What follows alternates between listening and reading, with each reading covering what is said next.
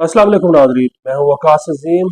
और अब से थोड़ी देर पहले कौमी सलामती कमेटी का इजलास ख़त्म हुआ है, जिसकी सदारत वज़ीर आज़म शहबाज शरीफ कर रहे थे। और इस इजलास में आर्मी चीफ समेत मुसल्लह अफवाज के जो सरबराहान हैं उन्होंने भी शिरकत की है, वज़ीर दिफा ने भी शिरकत की है, वज़ीर दाखिला ने भी शिरकत की है।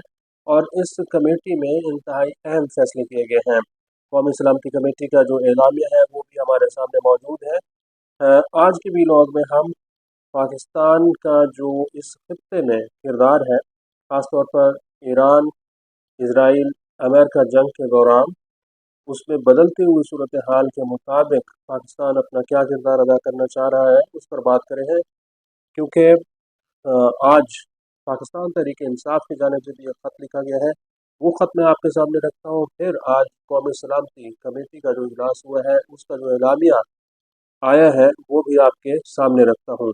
तो पहले पाकिस्तान तहरीक इंसाफ के इस वक्त जो 5 कैदी हैं, 5 असीरान हैं, कोट लखपत जेल में मौजूद हैं, जिनमें शाह महमूद कुरैशी, डॉक्टर यास्मीन राशिद, इजाज चौधरी, उमर सरफराज चीमा और मियाँ महमूद रशीद हैं।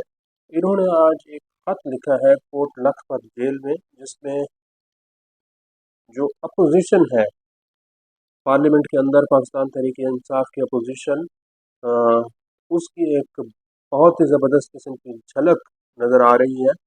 और ये ख़त ये बयान कर रहा है कि पाकिस्तान तहरीक इंसाफ की जो अपोजिशन इस वक्त, और पाकिस्तान तहरीक इंसाफ की जो क़यादत इस वक्त जेल के अंदर है, पाबंद सलासिल है, वो पूरी तरह से पाकिस्तान के इस खत्े में किरदार और पाकिस्तान की पोजीशन से वाकिफ़ है।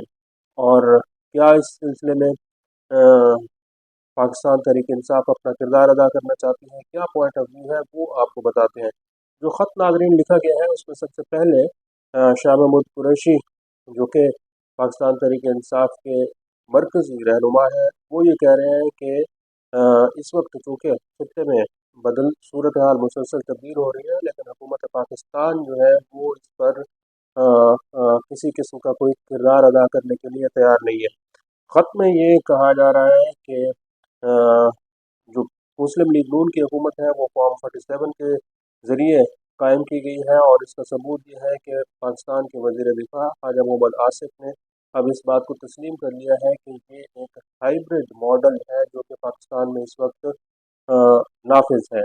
ये जो हुकूमत इस वक्त मौजूद है, पाकिस्तान तहरीक इंसाफ ये कह रही है, ये जमहूरी हुकूमत नहीं है बल्कि एक हाइब्रिड निज़ाम है। और पाकिस्तान के अवाम जो है वो किसी भी हाइब्रिड निज़ाम को मानने के लिए तैयार नहीं है, बल्कि पाकिस्तान के अवाम जमहूरियत के साथ खड़े हुए हैं। क्योंकि 8 फरवरी को जब इलेक्शन हुआ है तो उसमें पाकिस्तान के अवाम ने पाकिस्तान तहरीक इंसाफ को मैंडेट दिया था, लेकिन ये मैंडेट पाकिस्तान तहरीक इंसाफ से छीन कर एक फॉर्म 47 की हुकूमत जो है वो कायम की गई है। अ, इस खत में अगरचे नून लीग की हुकूमत के ऊपर इल्ज़ाम तराशी की गई है और ये बात साबित करने की कोशिश की गई है कि इस वक्त मुल्क में कोई जमहूरी निज़ाम नहीं है, और जो हुकूमत कायम की गई है ये भी एक इलेक्शन कमीशन ऑफ पाकिस्तान के फ्रॉड और फॉर्म 47 के ज़रिए मारज़ वजूद में आई है। साथ ही साथ शाह महमूद कुरैशी का ख़त में ये कहा गया है कि हुकूमत जो है इस वक्त एक दो तरह की पॉलिसी पर कायम है। अमेरिकी सदर डोनाल्ड ट्रंप को उस वक्त नोबेल प्राइज़ के लिए नामज़द किया गया है जब उससे अगले रोज़ ईरान ईरान के ऊपर हमले किए गए हैं। अमेरिका ने ईरान की जौहरी तनसीबात के ऊपर हमले कर दिए हैं, लेकिन पाकिस्तान की हुकूमत जो है वो अमेरिकी सदर डोनाल्ड ट्रंप को नोबेल प्राइज़ के लिए नामज़द कर चुकी है, जिससे ये महसूस होता है कि हुकूमत पाकिस्तान जो है वो अमेरिका की इत्तेहादी बनती हुई नज़र आ रही है। और सिर्फ जो है वो मजम्मती बयान जारी किए जा रहे हैं।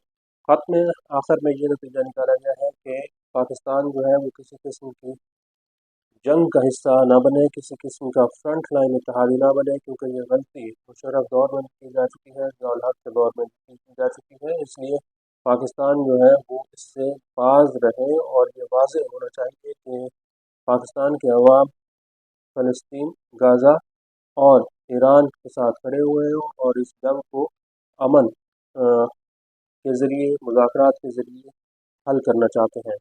अब नाज़रीन आपके सामने हम रखते हैं कि कौमी सलामती कमेटी का जो इजलास हुआ है उसमें क्या बातें हुई हैं।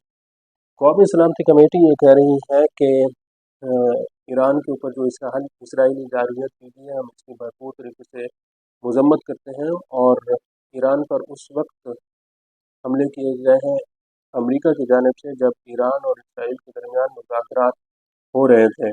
कमेटी की जानिब से मजम्मती बयान और इन फ़ौजी तनसीबात जौहरी तनसीबात ईरान के ऊपर जो हमले किए गए हैं इसकी मजम्मत भी की गई है।